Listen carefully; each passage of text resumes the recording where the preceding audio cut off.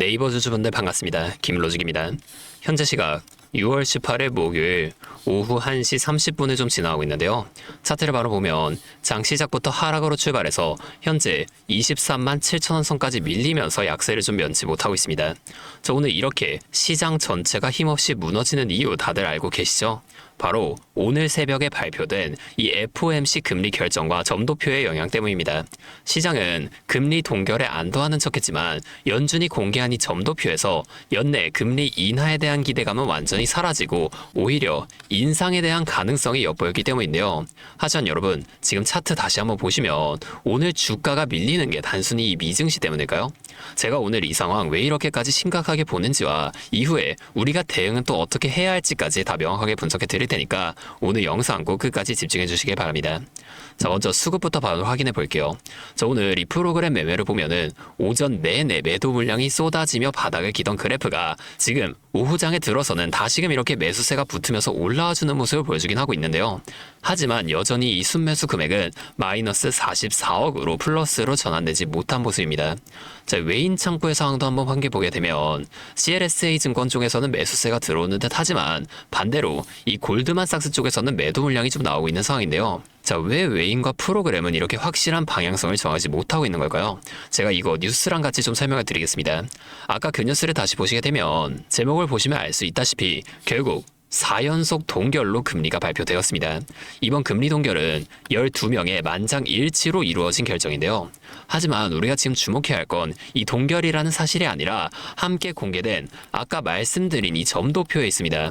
자, 이 점도표도 우리가 한번 체크해보게 되면 간단하게 설명을 드리자면 연준 의원들이 연도별 적정 금리를 점으로 표현한 거라고 보시면 되는데요.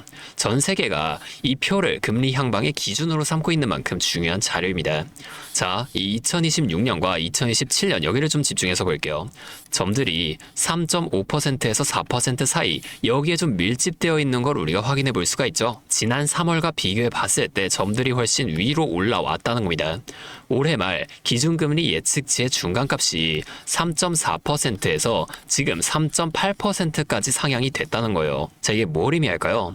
바로 연내 금리 인하라는 기대감은 이제 완전히 시장에서 사라졌고 이제는 금리 인상이라는 불안감마저 생기기 시작했다는 겁니다. 이뿐만이 아니에요.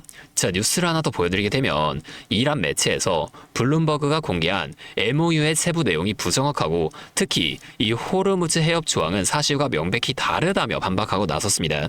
내일 19일 원래는 서명식이 예정이 되어 있었는데 전자 서명을 했기 때문에 서명식은 하지 않는다고 했어요. 하지만 만남은 가지긴 합니다. 이 만남 이후에 공개될 MOU 전문을 꼭 확인하고 대응을 해야 한다는 거예요. 자, 그렇기 때문에 지금 이 외인과 프로그램에서도 일부 현금을 챙기며 섣불리 강력한 매수세 보여주고 있지 않고 있다는 겁니다. 자, 여러분, 오늘 이 FOMC 금리 결정까지 다 이루어짐으로써 당장의 악재들이 전부 지나간 거 맞아요. 이제 내일 이 스위스에서의 만남으로 마지막 불확실성까지 해소되고 나면 앞으로는 실적 시즌이 좀 다가오면서 기대감으로 인한 상승이 나올 가능성이 높은데요. 실제로 다가오는 이 6월 24일에는 마이크론의 실적 발표가 예정이 되어 있는데 여러분 기억하시나요? 자, 얼마 전 이 3월 18일이죠. 마이크론의 실적 기대감으로 나스닥이 올랐을 때 우리 네이버 차트도 그때 당시로 돌아가서 한번 확인해보게 되면은 자, 정확히 이날이 3월 18일이었어요. 자, 우리 네이버도 코스피 전체 상승의 영향으로 소폭이긴 하지만 반등을 만들어 줬었다는 겁니다. 하지만 어떻게 됐나요? 실적 발표 직후 이 기대감이 소멸하면서 더 큰 하락세를 면치 못했다는 겁니다. 이번에도 마찬가지일 거예요. 자, 우리는 이 재료 소멸 시점을 정확히 파악해서 그 전에 미리 이런 구간에서 수익을 챙기고 다시금 이 눌림목 저점 구간에서 매수를 들어가야 한다는 겁니다. 자, 그러면 우리가 지금 이렇게 혼란한 상황에서는 도대체 어떤 대응을 이어가야 할까요? 자, 정리해 드리겠습니다. 자, 일단 내일 이 서명식 전문 공개 전후로 발생하는 변동성, 우리 이건 피할 수 없어요. 심지어 내일 밤 미증시는 준틴스데이로 인한 휴장으로 금토일 3일 동안 자금을 묶어둘 생각이 없는 외인은 당장에 내일 오전장에서부터라도 이 전문 발표로 인한 기대감으로 강한 변동성을 만들어주려고 할 거라는 겁니다. 그렇기 때문에 우리가 지금 무리하게 뭘 한다기보단 제가 내일 이 전문이 발표된 이후 우리가 어느 구간에서 어떠한 포지션을 취해야 할지 그 타이밍을 다 잡아 드릴 테니까요. 저랑 같이 지금 이 상황 한번 이겨내 보시죠. 잠시만요. 제가 위에 번호 하나 띄워드릴게요. 010-5791-5362. 자, 이게 제 번호인데요. 여기로 네이버, 이렇게 세 글자만 적어서 문자를 보내주세요. 제가 지금 아무나 다 도와드리겠다는 게 아닙니다. 적어도 현재 내 소중한 돈을 지키겠다는 의지가 있는 분들만 연락처를 따로 저장해 두고 여러분들의 평단가에 맞춰서 지금 이렇게 주가를 좀 강하게 움직여주고 있는 세력이 당장에 내일 오전장에서부터라도 또 한 번 주가의 큰 변동성을 한 차례 만들어 주려고 할 때 우리가 대응해야 할 이 타이밍이 언제인지를 빠르게 찾아내서 이걸 여러분들 모두에게 실시간으로 다 공유해 드리겠다는 겁니다. 자, 제가 실시간으로 이 전략들을 좀 공유해 드리다 보니 상황이 너무 안 좋다 싶으면 매도를 권장 드릴 때도 자주 있어요. 하지만 나는 지금 이 네이버를 매도하고 싶지 않다. 여기서 더 떨어질 테면 떨어져라. 나는 그냥 계속 꾸준히 가져갈 거다라고 하시는 분들도 분명 계시잖아요. 자, 제가 그런 분들께는 지금 이 매도에 대한 관점은 싹 다 빼고 현재 실시간으로 벌어지고 있는 이슈들에 따라서 우리가 어느 구간에서 다시 매수를 가져가면 좋을지 그 저점에서의 매수 타이밍만 따로 공유를 드릴 건데, 만약에 그러시다면 자, 이분들은 따로 구분해 놓을 수 있게 문자 보내주실 때 네이버 뒤에 매수 이렇게 적어주셔서 네이버 매수 이렇게 5글자로 문자를 보내주세요. 그러면 자, 이분들은 따로 구분해 놓고 이후에 나올 추가적인 이 저점에서의 매수 타이밍만 공유를 드리도록 하겠습니다. 이렇게 하면 아무래도 이 라이브 방송보다 훨씬 더 빠르고 여러분들이 그때 당시에 다른 일을 하고 계시더라도 놓치지 않고 대응하실 수가 있겠죠. 이제는 또 제 방송 놓치시고 뒤늦게 찾아오시는 일이 없었으면 좋겠습니다. 자, 제가 이렇게 여러분들 알려드리는 만큼 여러분이 딱 하나만 해주실 게 있는데요. 뭐 돈 들어가는 건 아니고요. 그냥 구독과 좋아요 그리고 댓글로 네이버 화이팅, 네이버 힘내라 이 정도만 한 번씩 적어주세요. 그러면 제가 이 댓글 내용들까지 한 번씩 확인한 후에 앞으로도 더 많은 주주분들을 이렇게 계속 도와드리면서 힘내서 이런 영상들을 더 많이 만들 수 있으니까 이거 꼭 한 번씩만 부탁드리겠습니다. 자, 또 근데 이러면 오늘 제 방송을 좀 처음 보시는 분들 중에서 너가 그렇게 잘하면 혼자 하지 왜 굳이 이렇게 다른 사람들 알려주려고 하는 거냐 뭐 이런 말씀하시는 분들이 계세요. 맞죠? 저 혼자 해도 되긴 합니다. 자, 그런데 우리 기존 구독자분들이 이미 다 알고 계시겠지만 저도 예전에 이 코로나가 막 시작했을 때 있죠? 자, 이때 주식하셨던 분들은 기억하실 텐데 초반에 주가가 정말 크게 하락하면서 저도 이때 당시 큰 돈을 잃어봤던 경험이 있습니다. 그때는 뭐 이런 유튜브 채널 없었고요. 저 혼자서 책을 보면서 투자를 이어갔었어요. 그래서 계좌 회복하는 과정이 정말 힘들었었습니다. 자, 우리 코로나 때 이때는 어떤 주식들이 먼저 올라갔었나요? 처음에는 백신, 치료제 이런 걸 빨리 개발해야 한다고 바이오주 있죠.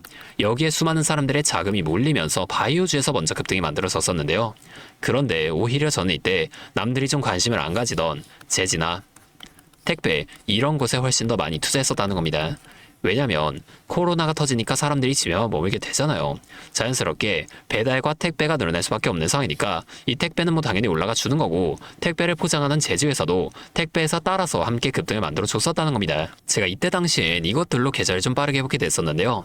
근데 왜 아까 전에 좀 힘들었다고 말씀을 드린 거냐면 이 종목들을 찾는 과정이 정말 어려웠다는 겁니다.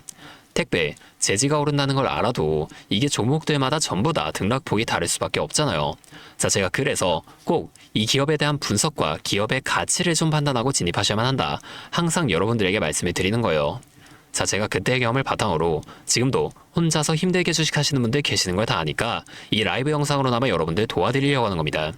여러분, 혼자 하지 마세요. 자, 우리가 이 주식을 할 때 듣고 보면서 배울 선생님, 자, 이것도 물론 중요하지만 이것과 동시에 파트너 있죠? 함께 수익을 벌고 기뻐할 수 있는 이 파트너도 정말 중요합니다.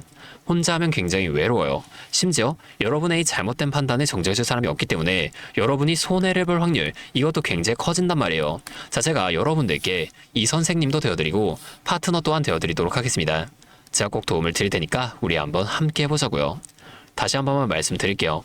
상단에 있는 제 번호 010-5791-5362 저기로 네이버 이렇게 세 글자만 적어서 문자 보내주시면 제가 지금 실시간으로 분석하고 있는 대응 전략들을 빠르게 다 공유드리면서 당장에 내일 오전장에서부터 나타날 수 있는 큰 주가 흔들림 속에서라도 여러분들이 최대한 실속 있는 결과를 내실 수 있도록 제가 꼭 힘이 되어드리겠습니다. 아, 그리고 제가 우리 구독자분들 위해서도 특별한 선물을 하나 더 준비했는데요.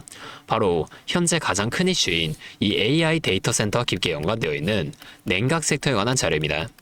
자, 지금 이 중동전쟁이라는 리스크 속에서도 AI 데이터 센터들은 계속 꾸준히 늘어나면서 전력 효율은 생존의 문제가 되었는데요. 이 AI 데이터 센터에 열을 식히지 못한다면 막대한 전기세 폭탄을 맞게 된다는 겁니다. 결론적으로 이 AI 시대의 진짜 승자는 에너지를 덜 쓰게 만드는 이러한 냉각 기술을 가진 기업들이 또 될 수밖에 없는데요. 제가 오늘은 이 수많은 기업들 중에서도 최근 실적과 기술력이 뒷받침되고 있는 핵심 기업들을 분석한 자료 정리해 왔으니까 당장에 조금 시드가 적다고 하시더라도 이 내용만큼은 꼭 미리 알아두셔서 앞으로 다가올 AI 시대를 공부하고 준비해 놓으시면 좋을 것 같습니다. 여러분, 액침 냉각이라고 들어보셨나요? 모르시는 분들도 계실 테니 설명을 드리자면 지금 전 세계적으로 AI가 발전하면서 이 데이터 센터 또한 기하급수적으로 늘어나고 있는데요. 자, 이제는 이 AI 반도체들이 뿜어내는 엄청난 열을 기존처럼 공기순환으로 냉각하는 공랭식으로는 도저히 열을 식힐 수가 없는 단계까지 도달했습니다. 자, 그렇게 데이터 센터 냉각을 위해 바다에도 빠뜨려 보고 심지어 평균 온도가 영하 270도까지 내려가는 우주에까지 데이터 센터를 쏘아 올려 냉각하자는 충격적인 소식도 나왔었죠. 하지만 이걸 쏘아 올리는 천문학적인 비용은 둘째치고 우주에 있는 데이터 센터에 문제가 생기면 이걸 유지보수하는 것도 사실상 불가능하며 방사선이나 우주 쓰레기 위험 등 당장에 해결해야 할 과제가 너무나도 많습니다. 현실적으로 최소한 10년에서 20년 뒤에나 가능할 공상과학 같은 이야기라는 거예요. 그래서 지금 당장에 계속해서 늘어나는 데이터 센터에 열을 식혀줄 핵심 기술이 바로 이 액침 냉각이라는 겁니다. 이 액침 냉각은 열 전달 효율이 공기보다 수천 배 높은 특수 액체에 서버를 통째로 담가버리는 기술인데요. 당연히 이 특수 액체를 개발하는 기업이 큰 수혜를 가져갈 수밖에 없는데, 자, 기존에는 이 특수 냉각유 시장을 전 세계적으로 3M이 독점하고 있었습니다. 하지만 2025년 12월 전 세계적으로 환경, 인체 유해 등 영원히 존재하는 화학물질로 논란이 된 PFAS 관련 사업에서 완전히 발을 빼기로 하면서 데이터 센터 냉각의 핵심 소재인 노백 또한 함께 단종되어 버렸는데요. 수십조 원짜리 거대한 시장이 하루아침에 텅 비어버린 겁니다. 그렇게 현재 노백 단종으로 전 세계 냉각 업계에서도 차세대 절연 냉매 확보를 최우선 과제로 삼으며 발빠르게 움직이고 있는데요. 자, 그런데 이 대체 냉각유가 개발된다고 해서 서버를 이 용액에 담가 놓기만 한다면 알아서 열이 식을까요?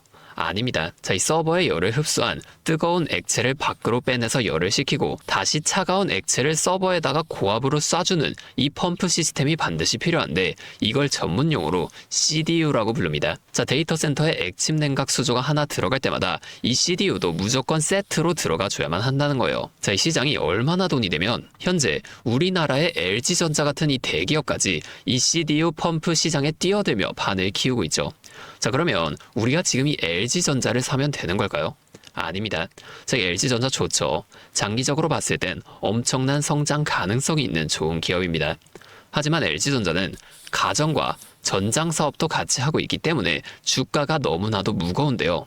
자, 이 데이터 센터로 인한 냉각 호재 하나가 터진다고 주가가 2배에서 3배 막 이렇게 올라가지 않는다는 겁니다. 우리가 20%에서 30% 정도의 수익만 먹자고 이 주식하고 있는 거 아니잖아요. 자, 그래서 제가 오늘 준비해온 이 히든 종목은 현재 LG전자 같은 대기업들이 뛰어들기 전부터 초정밀 냉각 장비를 개발한, 즉 CDU 한우물만 파면서 십수년간 기술을 연구해온 국내 강소기업입니다.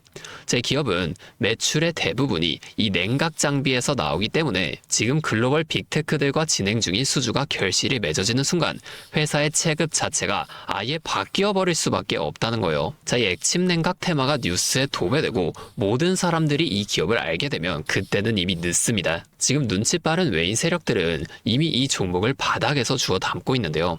자, 이 종목은 제가 유튜브 영상에서 대놓고 공개해버리면 수급이 꼬일 수 있기 때문에 지금까지 영상을 보신 분들께만 이렇게 제가 따로 알려드릴 겁니다. 지금 상단에 보이시는 번호 010-5791-5362 제 번호로 히든 두 글자 문자 보내주시면 되는데요.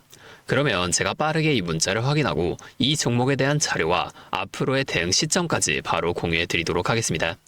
여러분, 지금 이 시장은 뉴스가 나오거나 남들이 다 알고 있을 때 들어가면 늦을 수밖에 없습니다. 우리가 큰 수익을 가져가기 위해선 남들이 하루하루 차트 보면서 노심초사할 때 현재 시황을 공부하고 이를 통해 이후 수혜를 받을 종목의 바닥이 될 수 있는 구간을 빠르게 확인해 놔야 앞으로의 큰 흐름을 놓치지 않을 수 있다는 거예요. 자, 혼자 하면 이 과정이 굉장히 오래 걸릴 수밖에 없습니다. 제가 든든한 파트너가 되어드리면서 이 노하우까지 전부 다 알려드릴 테니 저와 함께 공부하시면서 앞으로도 성공적인 투자를 이어나가시면 좋을 것 같습니다. 지금까지 김로직이었습니다.